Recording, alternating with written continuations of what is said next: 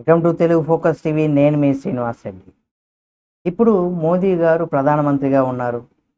అయితే మోదీ గారి తర్వాత ప్రధాని అయ్యేటువంటి అవకాశం ఐదుగురు నేతలకు మాత్రమే ఉంది.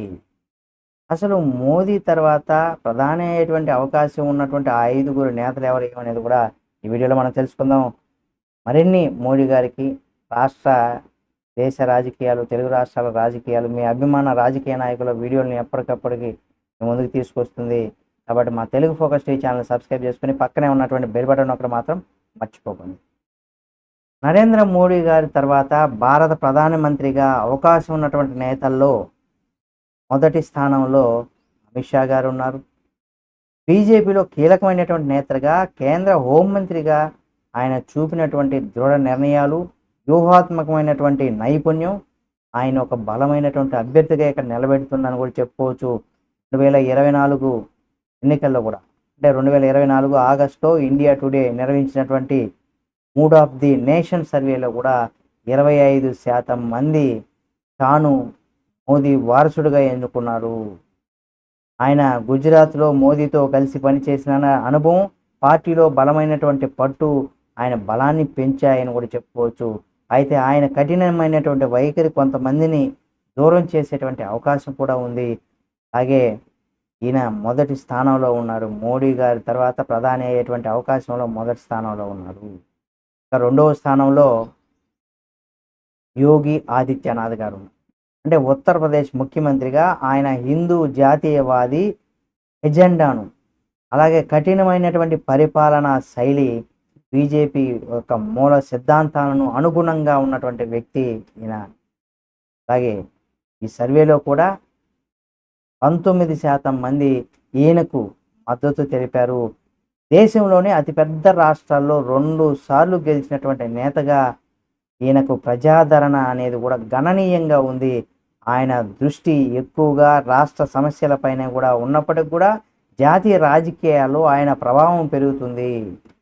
కాబట్టి రెండవ అభ్యర్థిగా మోడీ గారి తర్వాత ఒకవేళ అవకాశం వస్తే మొదటగా అమిత్ షా, రెండవదిగా యోగి ఆదిత్యనాథ్, ఇక మూడవ అభ్యర్థిగా నితిన్ గడ్కరీ. కేంద్ర రవాణా మంత్రిగా ఆయన సాధించినటువంటి విజయాలు, మౌలిక సదుపాయాలు, అభివృద్ధిలో చూపినటువంటి చొరవ ఆయన ప్రత్యేకంగా నిలబెట్టాయి. ఇండియా సర్వేలో కూడా మనం చూసినట్లయితే ఈయన 13% మంది ఆయన్ను ఎంచుకున్నారు. ఆయన స్వచ్ఛమైనటువంటి ఇమేజు, సమర్థవంతమైనటువంటి పాలనా నైపుణ్యం, బీజేపీలో మితవాద వర్గానికి ఆకర్షణీయంగా ఉన్నటువంటి వ్యక్తి. జాతీయ రాజకీయాల్లో ఆయన ప్రచారం తక్కువైనప్పటికీ కూడా పనితీరు ఆయనకు ఒక బలంగా ఉందని కూడా చెప్పుకోవచ్చు. కాబట్టి మూడవ స్థానంలో గడ్కరీ గారు. ఇక నాలుగవ స్థానంలో రాజ్నాథ్ సింగ్ ఉన్నారు. కేంద్ర రక్షణ మంత్రిగా, గతంలో బీజేపీ అధ్యక్షుడిగా ఆయన అనుభవం గొప్ప ఆస్తిగా మనం ఇక్కడ చెప్పుకోవచ్చు. సర్వేలో ఆయన కనుక చూసినట్లయితే 5% మద్దతు ఆయనకు లభిస్తుంది. ఆయన సౌమ్య స్వభావం కలిగినటువంటి వ్యక్తి, అందరినీ కలుపుకునే విధానం, బీజేపీలో సమతుల్యతను కాపాడేటువంటి నాయకుడిగా చూస్తారు. ఆయన జాతీయ భద్రత పైన దృష్టి, పార్టీలో సీనియారిటీ ఆయన అవకాశాలను కూడా పెంచాయని కూడా చెప్పుకోవచ్చు. నాలుగవ స్థానంలో ఐదవ నేతగా శివరాజ్ సింగ్ చౌహాన్ పేరు మీకు వినిపిస్తూనే ఉంటుంది. ఎందుకంటే మధ్యప్రదేశ్ మాజీ ముఖ్యమంత్రిగా, కేంద్ర వ్యవసాయ మంత్రిగా ఆయన ప్రజాదరణ గణనీయంగా పెరిగింది. సర్వేలో 5.4% మంది ఆయనకు మద్దతు ఇచ్చారు. గ్రామీణ ఓటర్లలో కూడా ఆయన సంబంధం, సంక్షేమ పథకాలపైన దృష్టి ఆయనకు బలమైనటువంటి పోటీదారులుగా చూపుతూ ఉంటారు. ఆయన ఇటీవల కేంద్రంలో ప్రముఖ పాత్రను కూడా పోషించడం ఆయనకి అవకాశాలు వచ్చాయని కూడా చెప్పుకోవచ్చు.